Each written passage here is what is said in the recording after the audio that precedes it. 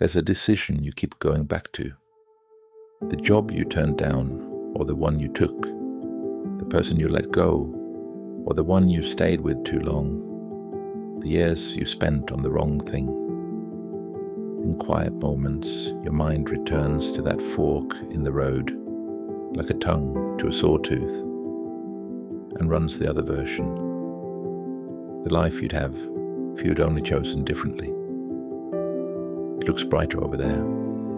It always does. And every time you visit it, you come back to the present, a little poorer, mourning a life you never actually lived.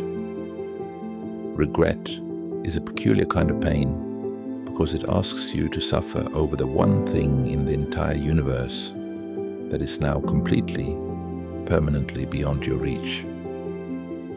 The Stoics divided the whole world into two territories, what is up to us and what is not, and taught that peace begins with knowing the border.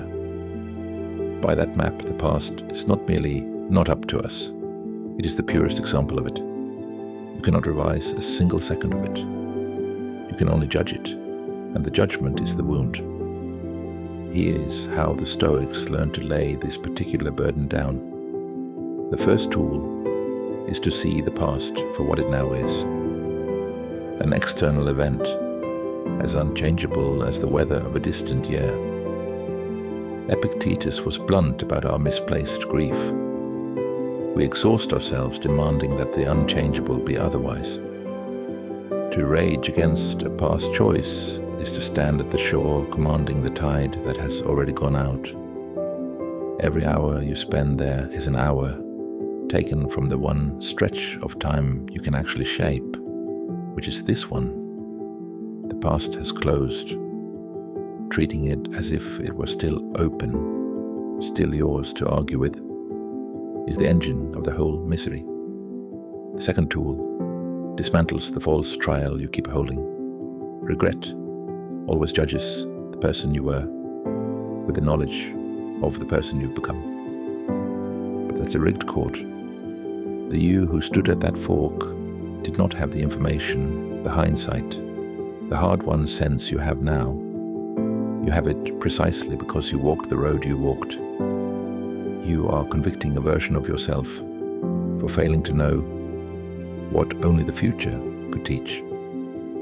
The Stoics asked us to judge our actions by whether we did our honest best with what we had in the moment, not by an outcome we could not possibly have seen.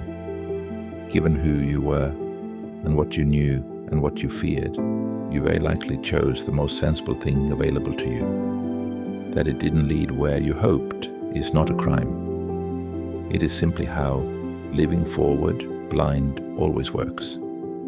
The third tool is the deepest, and it has a name, amor fati, love of your fate.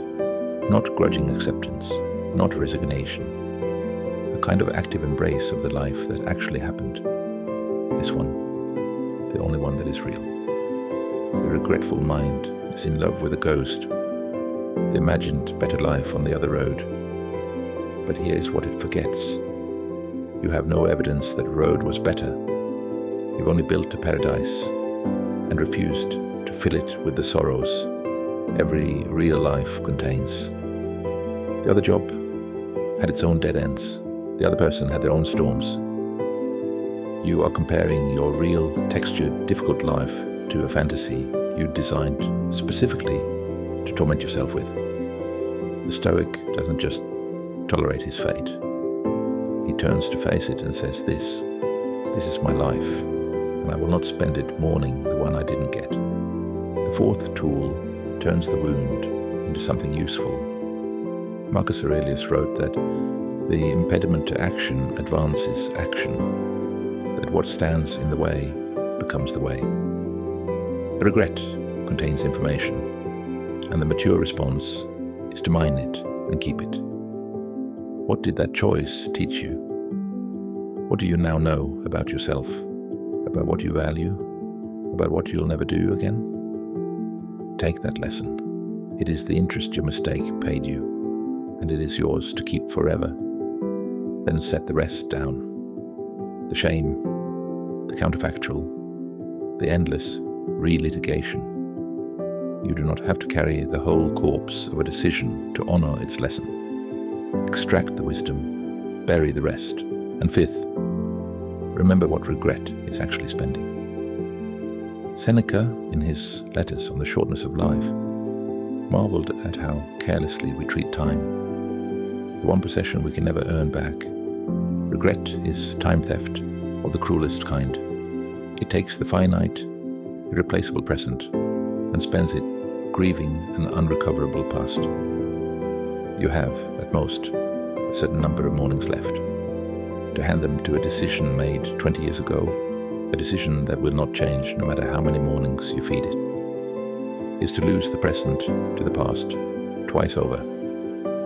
Once when it happened, and again now every time you go back. So there is the discipline. See the past as closed.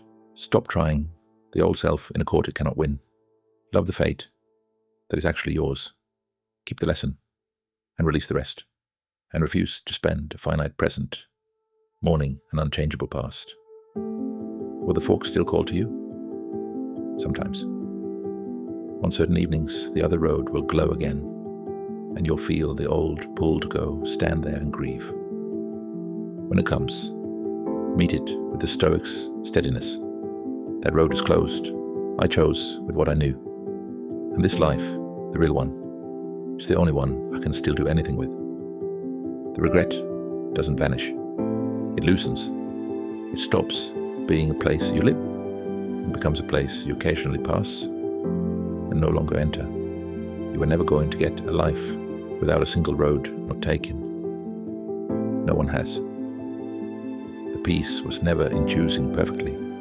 It was in forgiving the one who chose, and turning at last to face the life that came. I am the quiet Stoic. This week, take one regret you keep reopening, find the single lesson inside it worth keeping, and then gently let the rest of it go. And if this helped, stay a while. There's more here for the anxious mind.